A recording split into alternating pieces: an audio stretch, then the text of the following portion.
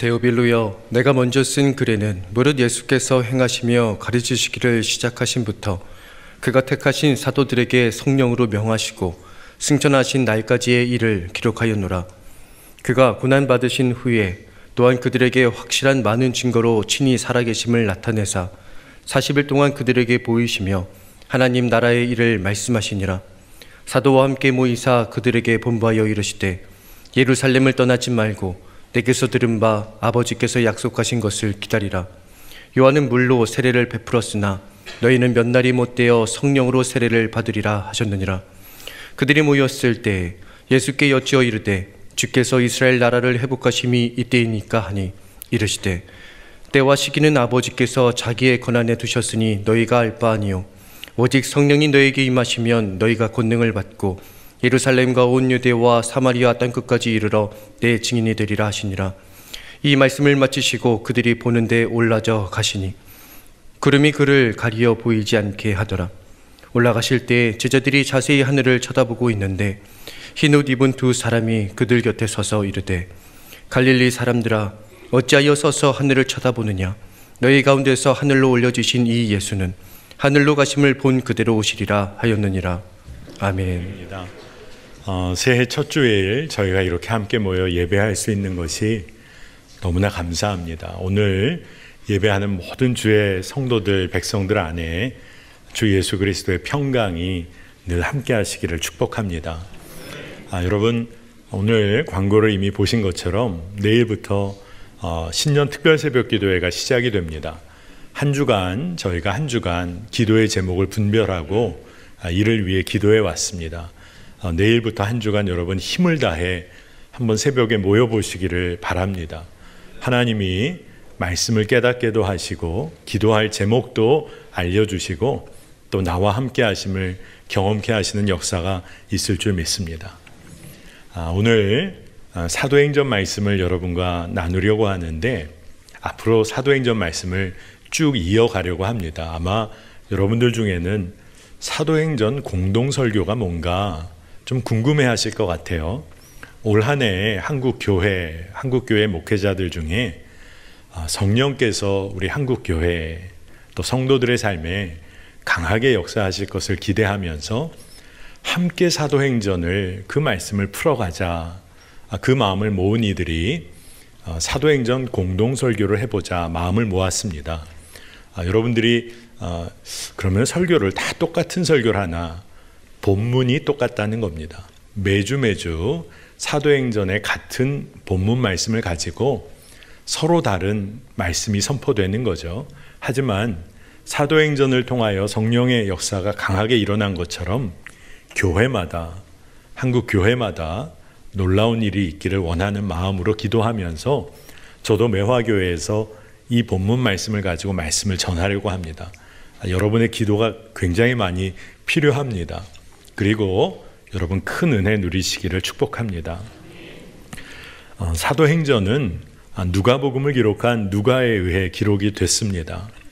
예수 그리스도께서 행하시고 가르치신 것 그것을 바탕으로 해서 성령으로 명하시고 부활 승천하신 이후에 성령께서 어떤 일들을 행하셨는지, 성령께서 성도들과 교회를 통하여 어떤 일을 이루셨는지 그것을 기록한 것으로 이 사도행전은 가득 차 있습니다. 데오빌로라는 사람에게 보내는 글의 형식을 취하고 있습니다. 그런데 여러분, 데오빌로라는 이름의 뜻을 여러분 아십니까? 하나님을 사랑하는 자, 이런 의미를 갖고 있습니다. 여러분, 오늘 이곳에 모인 모든 성도님들 하나님을 사랑하시는 분들이죠. 다 여러분들 그러시죠. 이 글은 여러분들에게도 쓰여진 글입니다. 그래서 이 말씀을 하나님께서 나에게 주시는 말씀으로, 우리 교회에 주시는 말씀으로 받고 마음에 새겨보시기를 축복합니다. 우리 마음에 살아계신 주님의 일하심이, 성령의 역사가 새겨질 뿐 아니라 앞으로 우리의 삶에 성령의 역사가 강하게 일어날 것을 우리가 기대하고 기도하기를 원합니다. 여러분, 복음서는 예수 그리스도와 그 십자가, 그 복음을 이스라엘을 중심으로 증거하는 내용이 담겨 있죠. 하지만 사도행전은 예수 그리스도께서 부활 승천하셨어요. 하지만 세상 끝날까지 항상 함께 있으리라는 그 약속이 어떻게 이루어지고 있는지 이에 대한 기록으로 가득 차 있습니다. 또한 주님의 말씀이 어떻게 우리의 삶의 현장에서 이루어져 가는지에 대한 생생한 증언이기도 합니다. 그러므로 우리가 사도행전 말씀을 묵상해 가고 나누면서 지금도 우리 가운데 성령님은 일하고 계시다. 내 안에 살아 역사하시는 주님이 계시다. 성령의 역사에 주목해야 하는 것입니다. 우리 교회도 우리 성도들의 삶에도 성령께서 행하시는 일에 마음이 열리고 초점이 맞춰지고 기도가 일어나는 역사 있기를 원합니다. 예수님이 부활하신 다음에 사도들에게 나타나셔서 주님이 살아계심을 아주 분명하게 드러내셨어요. 그리고 하신 일이 하나님 나라의 일에 관해서 말씀을 하신 겁니다. 그만큼 부활 승천하시기 전에 하나님 나라에 관해 계속 말씀하신 것을 보면 이것이 너무나 중요하다는 거죠. 4절에 사도들과 모이사, 사도들과 모였다는 기록은 그 당시 문화에서 이렇게 모였다는 것은 사도들과 함께 식사하며 모이셨다는 그 이야기입니다. 그러니 이 말은 십자가에서 죽으셨던 예수 그리스도가 이제 육신으로 부활한 것에 대한 분명한 기록이기도 합니다. 식사를 나누며 사도들과 함께 하셨다는 거죠. 그런데 이것에서 굉장히 중요한 내용이 있어요. 분부하신 내용 중에 떠나지 말고 기다려 성령을 받으라는 겁니다. 사도행전 1장 4절에서 5절을 보면 예루살렘을 떠나지 말고 내게서 들은 바 아버지께서 약속하신 것을 기다리라. 요한은 물로 세례를 베풀었으나 너희는 몇 날이 못 되어 성령으로 세례를 받으리라 하셨느니라. 이 떠나지 말라, 이 말씀은 우리 경험과 지식, 판단에 따라 쉽게 움직이는 삶을 살지 말라는 의미와도 통합니다. 예루살렘 떠나지 말고 예루살렘에 머물러 기다리라. 이 말씀은 제자들에게 엄청나게 두려움으로 다가왔을 거예요. 왜냐하면 십자가의 아픔과 상처의 기억이 예루살렘에 있습니다. 예수님의 제자라는 것이 드러나고 나면 예루살렘에서 어떤 일을 당할지도 모르는 상황입니다. 그런데 주님은 그 가운데서도 어떤 변화도 어떤 일도 일어날 것 같지 않은 상황이지만 그 지루한 일상을 예루살렘에 머물며 믿음으로 기다리고 버텨내라고 말씀을 하시는 거예요. 그런데 막연한 기다림이 아닙니다. 아버지의 약속을 신뢰함으로 붙잡고 기다리라는 거예요. 그래서 결국 성령을 받으라는 겁니다. 여러분, 정말 성령 받아야 합니다. 죄 씻음의 세례, 요한의 세례만이 아니라 거듭난 존재로 살아가는 성령의 세례를 받으라 말씀하고 계세요. 구원받은 자가 마땅히 살아야 할 삶, 하나님 나라의 시민으로 살면서 성령의 이끌림을 받으며 내 삶의 주인이 주님이시다. 이것을 선포하며 사는 삶으로 초대를 하시는 겁니다. 성령을 받으라는 거죠. 내 뜻대로 살고자 하는 나의 옛 자아의 죽음을 믿음으로 취하는 겁니다. 그리고 내 안에 살아 역사하시는 성령님께 순종하는 삶을 살라. 이게 성령을 받으라는 말씀인 겁니다. 그런데 오늘 우리가 본문 말씀을 볼 때 한 가지 좀 구분할 일이 있습니다. 그 당시에 오늘 말씀의 사도들은 아직 성령을 받지 못한 상황입니다. 성령을 기다리고 있는 상황이죠. 그러나 우리는 어떻습니까?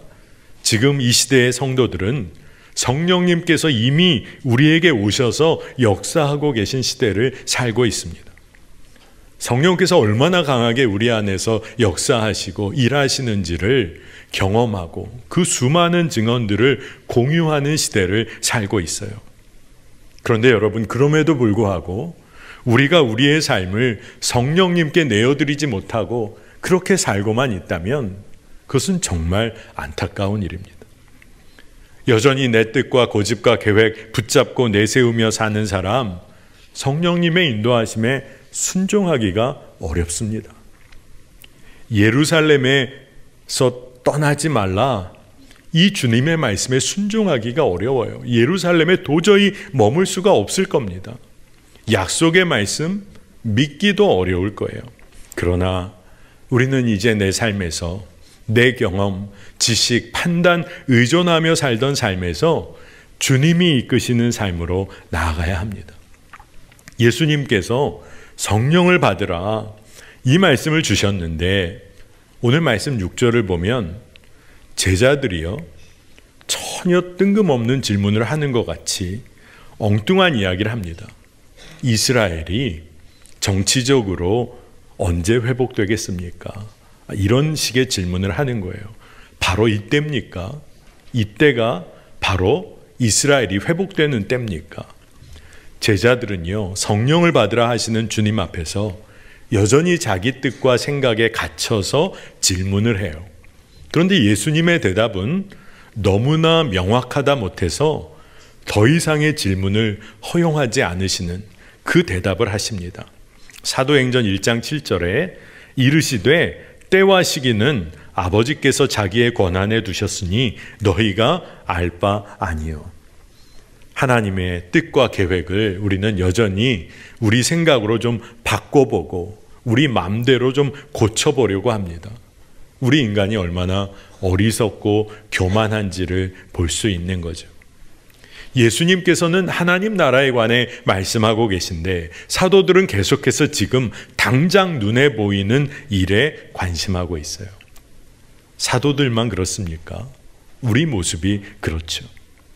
하나님의 일에 순종하려는 마음보다, 그런 삶의 자세보다 하나님의 일하심에 우리가 주인 노릇하고자 합니다. 그래서 오늘 말씀에 주님이 분명히 말씀하시는 거예요. 너희가 관여할 일이 아니다. 너희가 알 바가 아니다. 여러분, 우리가 할 수 있는 일과 하나님만이 하실 수 있는 일을 구분할 수 있는 것은 지혜 중에 지혜입니다.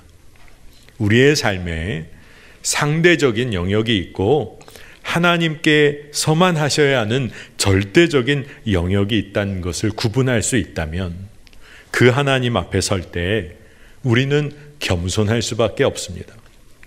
여러분, 오늘 3부 예배 드리시는 많은 분들 아마 교회에서 믿음 생활, 신앙 생활을 오래 하신 분들이 많죠. 교회에서 외부 사역이나 외부 행사, 전교인 야유회라든가 수련회라든가 체육대회라든가 이런 일이 있을 때 아마 한 번쯤 날씨를 위해 기도해 보신 경험들이 있으실 거예요. 저도 목회하면서 그런 기도를 올려드렸던 때가 있습니다. 비가 안 오면 날이 좋으면 더 좋으니까 그렇죠. 그래서 그런 기도를 하기도 합니다. 그런데 곰곰이 생각해 보면 비를 허락하시는 것은 하나님이 결정하실 일입니다. 하나님의 뜻과 계획, 당신의 선하심으로 만물을 다스리시고 품으시는 일에 비가 필요하면 비를 내리시겠다고 마음을 먹으시면 비를 내리시는 거겠죠. 그 일에 우리가 이렇게 저렇게 참견할 권한 자체가 우리에게는 없습니다. 그러면 여러분, 그러면 기도 안 하면 되는 겁니까? 기도해야죠. 비 멈춰달라는 기도 올려드리는 것이 아니라 주님, 비가 내리더라도 교회가 더욱 하나 되고 기쁨을 누릴 수 있도록 성숙한 믿음 주님 허락해 주세요. 우리 교회가 어떤 상황이라도 기쁨을 누리게 해주세요. 이 기도를 올려드려야 할 줄로 믿습니다. 하나님께 올려드려야 할 기도의 제목이 분명히 있고 순종해야만 하는 우리의 삶의 모습이 있는 것입니다. 주님은 여전히 자기 뜻대로 이스라엘의 회복, 해방 생각하고 있는 제자들에게 전혀 다른 말씀을 주세요. 너무나 유명한 말씀입니다. 사도행전 1장 8절 오직 성령이 너희에게 임하시면 너희가 권능을 받고 예루살렘과 온 유대와 사마리아와 땅끝까지 이르러 내 증인이 되리라 하시니라. 이 말씀의 이 오직이라는 말은 우리가 잘 이해할 필요가 있습니다. 문맥상은 어떤 의미냐면 그러나 이런 의미입니다. 제자들이 여전히 자기 생각과 계획에 갇혀서 하나님의 나라 일 보지 못하고 성령 받으라는 주의 말씀도 제대로 이해 못하고 있는 그 상황에 대하여 그럼에도 불구하고 성령이 임하면, 그러나 제자들이 여전히 자신의 생각에 갇혀 있지만 그러나 성령이 임하면 권능을 받고 땅끝까지 내 증인이 되리라, 이렇게 말씀하고 계신 거예요. 많은 성도들이 믿음 생활할 때 권능을 받기를 원합니다. 그래서 성도들의 마음을 들어보면 권능을 받아 세상에서 잘 살았으면 좋겠다는 거예요. 권능을 받아서 세상에서 능력 좀 부리면서 살았으면 좋겠다는 겁니다. 그런데 그 마음 한구석에 이런 이야기를 하실 때가 있어요. 그런데 믿음 생활 열심히 하고 성령이 임해서 권능을 받은 삶이, 제 모습이 이게 뭡니까? 이렇게밖에 못 사는 것이 성령 받고 권능 받은 삶입니까? 이런 이야기 하시는 분들도 있습니다. 참 마음이 아프죠. 이와는 달리 세상에서 이미 누리고 성공할 것을 다 갖추신 분들, 그런 성도님들은 분위기가 어떤 분위기냐 하면 저 굳이 권능 받지 않아도 됩니다. 저 굳이 성령의 권능 받지 않아도 됩니다. 전 이미 잘 삽니다. 이런 분위기인 분들도 있어요. 정말 오해를 해도 단단히 오해하고 있는 겁니다. 여러분, 성령이 임하여 권능을 받는다는 것은 어떤 은사나 어떤 특별한 은사나 능력을 말하는 거 결코 아닙니다. 성령이 임하면 우리 안에 살아계신 그리고 일하시는 예수 그리스도, 그분을 우리가 분명히 고백하며 증언하며 살게 된다는 그런 의미입니다. 고린도전서 12장 3절에 또 성령으로 아니하고는 누구든지 예수를 주시라 할 수 없느니라. 진짜 놀라운 말씀이에요.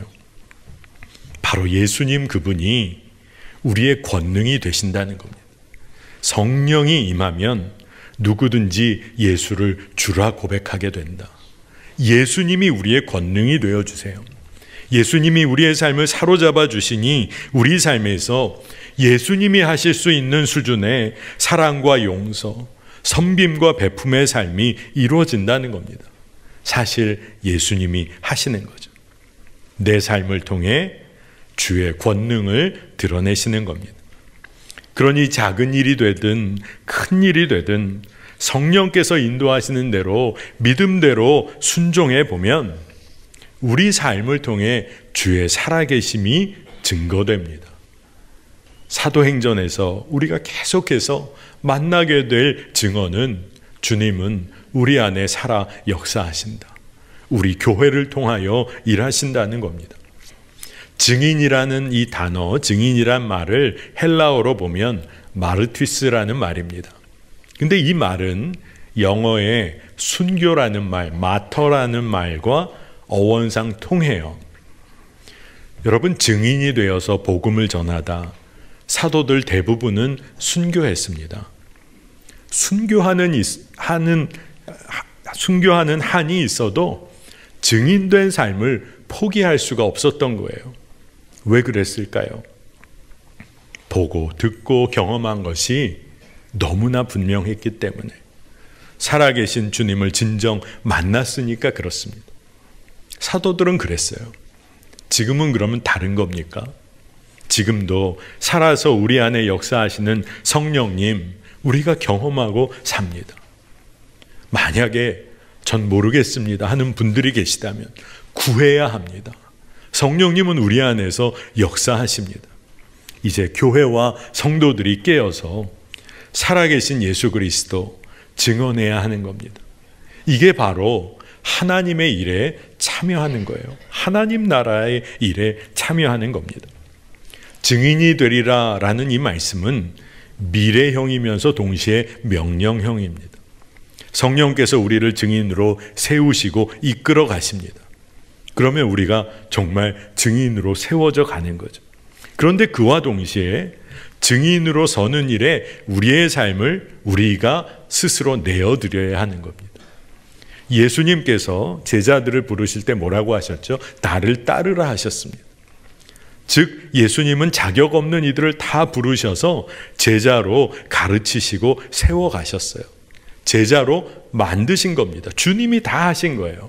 그런데 제자들이 해야 할 일은 그들이 가지고 살아왔던 옛 모습들, 옛 것들 다 뒤로 하고 주님께 나아가야 했습니다. 주님은 이끄시고 우리는 순종해야 한다는 말입니다. 증인이 되리라, 증인이 되라. 이 말씀은 놀라운 말씀을 담고 있는 거예요. 주님이 이끌어 세우시겠다. 이것도 맞는 말이고, 그렇기에 우리가 내 삶을 내어드려야 하는 것도 맞는 말인 것입니다.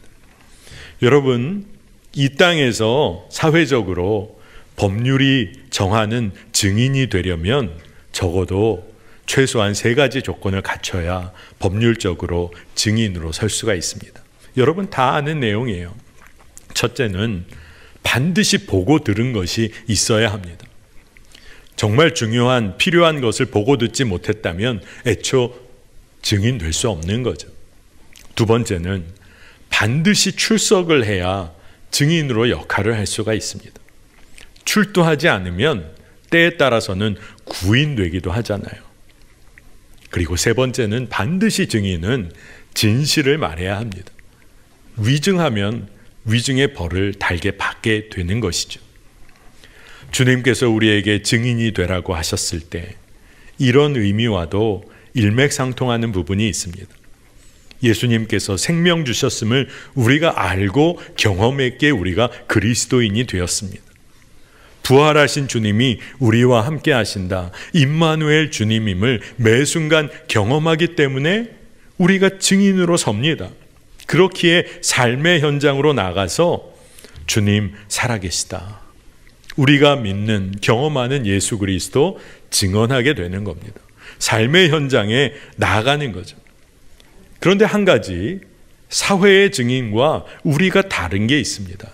그것은 우리는 말로 증언하지 않고 삶으로 그 진실을, 그리스도를 드러내고 증언하게 된다는 것입니다. 주님께서 보여주신 생명, 그 사랑을 우리 삶에 가까운 이들에게 증언합니다. 증언해야 합니다. 여러분, 삶으로 증언한다는 게 뭘까요? 삶의 큰 일이든 작은 일이든 모든 것 다 성령께서 이끄시고 역사하신다는 것을 인정하는 것. 이게 증언하는 겁니다.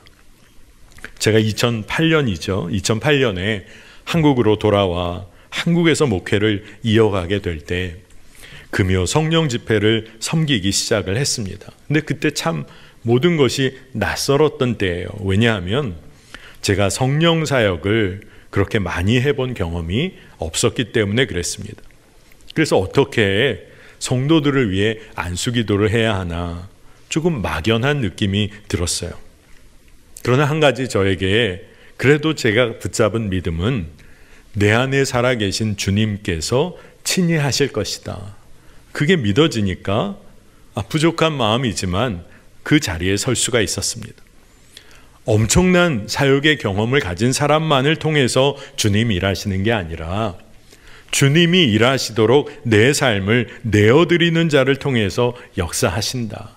그냥 그거 하나 믿고 나아간 거예요. 그래서 그 믿음으로 성령의 인도하심을, 일하심을 믿고 기도하는데 성령 안에서 안식하는 자, 기도를 받다가 자기도 모르게 쓰러져 주님의 만지심을 경험하는 자들이 생겼어요. 기도의 문이 닫혀 있던 자가 기도의 문이 활짝 열리는 그런 분들도 보았습니다. 육신의 질병이 치유되는 경험도 보게 됐어요. 성령께서 많은 일들을 보여주셨습니다. 그러다 보니까 자꾸 무엇인가 눈에 보이는 결과, 눈에 보이는 현상에 집중하게 되는 것을 경험하고 느끼게 됐어요. 그래서 참 눈에 보이는 것이 무섭구나, 그런 생각이 들었습니다. 그러나 진짜 감사했던 것은 함께 동역하는 목사님들과 또 함께 집회에 참여하는 성도님들이 그런 과정을 거쳐가면서 성령님은 이미 우리 안에 역사하고 계시다. 눈에 보이든 안 보이든 이미 주님께서 우리 안에 일하신다. 이런 믿음이 심겨지기 시작했어요.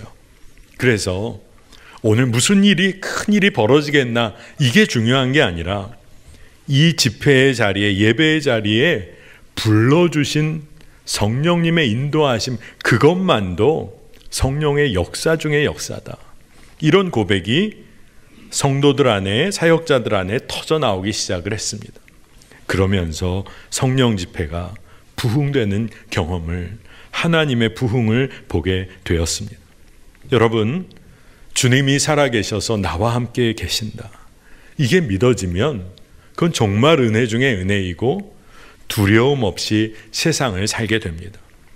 성령께서 내 안에서 일하심이 믿어지면, 주님의 말씀이 그대로 내 삶에 이루어질 것이 붙잡아지면 여러분 증인으로 서게 됩니다. 여러분의 삶을 통해 주님 살아계심을 증거하게 됩니다.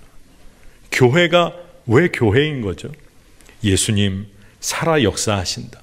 이것을 드러내는 곳이 교회인 것입니다. 주님께서 오늘 말씀에 하늘로 오르실 때 사도들이 주님을 계속 바라봤습니다.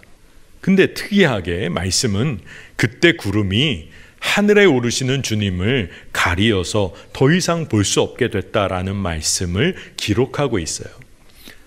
그렇게 놀라운 그런 때에 안 보이니까 얼마나 답답했을까요? 근데 왜 그것을 성경은 기록하고 있을까? 말씀을 묵상할 때 깨닫게 된 것이 우리가 이해할 수 없는 하나님 나라의 영역이 있다는 거였어요. 그리고 또한 그저 하늘만 바라보고 있어서는 안 된다는 의미로도 다가왔습니다. 그럼에도 말씀을 보니 제자들은 자세하게 하늘을 계속 쳐다보고 있었어요. 구름에 가려졌음에도. 그때 천사들이 그들에게 분명한 말씀을 전합니다. 사도행전 1장 11절에 이르되 갈릴리 사람들아 어찌하여 서서 하늘을 쳐다보느냐, 너희 가운데서 하늘로 올려지신 이 예수는 하늘로 가심을 본 그대로 오시리라 하였느니라. 놀라운 말씀을 선포합니다. 막연하게 하늘만 바라보는 제자들, 그들의 모습은 어떤 모습일까요? 그저 잘 되겠지, 믿음 생활 한다고는 하면서도 그냥 마음은 그저 좋은 일이 벌어지면 좋겠다. 우리가 그렇게 믿음 생활할 때 많습니다. 그런데 막연하게 주님 다시 오실 것 바라보며 사는 거, 그거 아니라 다시 오실 주님을 기대하는 믿음이 있기에 이 땅에서 그리스도의 사랑을 살아내고 믿음대로 치열하게 이 땅을 살아내야 한다 말씀하고 계신 거예요. 이 땅의 현실과 분리된 하늘 바라보는 거 아니라 이 땅에 이루어질 하나님 나라의 일에 참여해야 한다는 말씀입니다. 하늘 소망 중요하죠. 하지만 막연하게 하늘만 바라봐서는 안 되고 우리 안에 역사하시는 성령님의 일하심을 우리가 기대하고 드러내야 한다. 이게 하나님 나라의 일이라는 것입니다. 여러분, 증인은 어떤 사람이고 증인은 어떤 삶을 살까요? 증인은 자기의 삶을 통해 하나님 살아계시다 드러내는 사람입니다. 증인은요, 자기 삶 통해서 하나님 나라의 삶의 방식은 이런 거다, 그거 살아내는 겁니다. 증인은 예수 그리스도 그분이 드러나는 삶을 사는 거예요. 그게 우리 성도의 삶이고 교회의 사명입니다. 우리가 증인입니다. 하나님 나라, 정말로 놀라운 그 놀라운 일을 우리가 이 땅에서 이루어가야 할 줄로 믿습니다. 말씀은 오늘 말씀에 사도행전 1장 11절에 흰옷 입은 사람들, 주님의 사자고 천사들이죠. 그들이 제자들을 매우 특이하게 부르고 있음을 보여줍니다. 제자들에게 갈릴리 사람들아 이렇게 부르고 있어요. 이게 뭘까요? 그들이 주님께 부름받던 때의 모습, 자신의 존재의 실제 모습 기억해야 한다는 겁니다. 갈릴리에 태어나 자란 사람들, 그들이 제자들이었어요. 가난하고 이 땅에서 소망이 없이 하루 벌어 살아야 했던 사람들, 아무 소망도 없어서 자포자기했던 사람들. 그런데 주님 만나 십자가 복음으로 거듭난 존재가 된 것, 그거 꼭 기억해야 한다는 겁니다. 그래서 갈릴리 사람들아 이렇게 부르신 거예요. 자신들의 삶이 지금 변화된 것처럼 이 땅에서 변화를 이끌어낼 사명이 너희들에게 있다. 그거 기억해야 한다. 이 말씀을 주시는 겁니다. 여러분, 오늘 우리가 새해 첫 주일 이곳에 모여 예배합니다. 우리가 그리스도인이요 주님을 드러내야 할 증인들로 부름받은 사람들입니다. 그런데 우리가 예전에 갈릴리 사람들이었어요. 우리가 갈릴리 사람들이었어요. 세상에 아무 소망 없고 죄의 재미에 빠져 살고, 그리고 다른 사람 사랑하는 거 전혀 모르고 나만 위해 살던 사람, 갈릴리 사람들이었습니다. 그런데 주님께서 우리를 자녀 삼으시고 하나님 나라 이루어가는 일에 증인이 되라 불러주십니다. 성령을 받아 주의 살아계심을 우리 삶에서 누리고 증거하라고 말씀하십니다. 이게 얼마나 놀라운 부르심입니까? 우리 모두의 삶을 통해서 예수 그리스도만 드러나기를 축복합니다. 성령의 역사가 우리 성도들의 삶에, 우리 교회 가운데 강하게 일어나기를 원합니다. 기도합니다. 그리고 여러분, 하나님의 살아계심을 정확하게 선포하는 통로가 되시기를 축복합니다. 여러분의 삶을 하나님이 축복하실 수밖에 없게 그 일에 참여하시는 성도의 삶 사시기를 축복합니다. 이 시간에 우리 허락하신 말씀을 붙잡고 합심하여 기도한 이후에 우리 성찬의 테이블로 함께 나아가겠습니다. 우리 함께 기도할 때 그저 하늘만 바라보는 막연한 소망이 아니라 이 땅에서 하나님 나라 이뤄가는 성령의 사람, 증인의 삶을 살게 하여 주시옵소서. 이 기도의 제목 붙잡고 우리 주의 이름 한번 부르고 간절히 기도하겠습니다.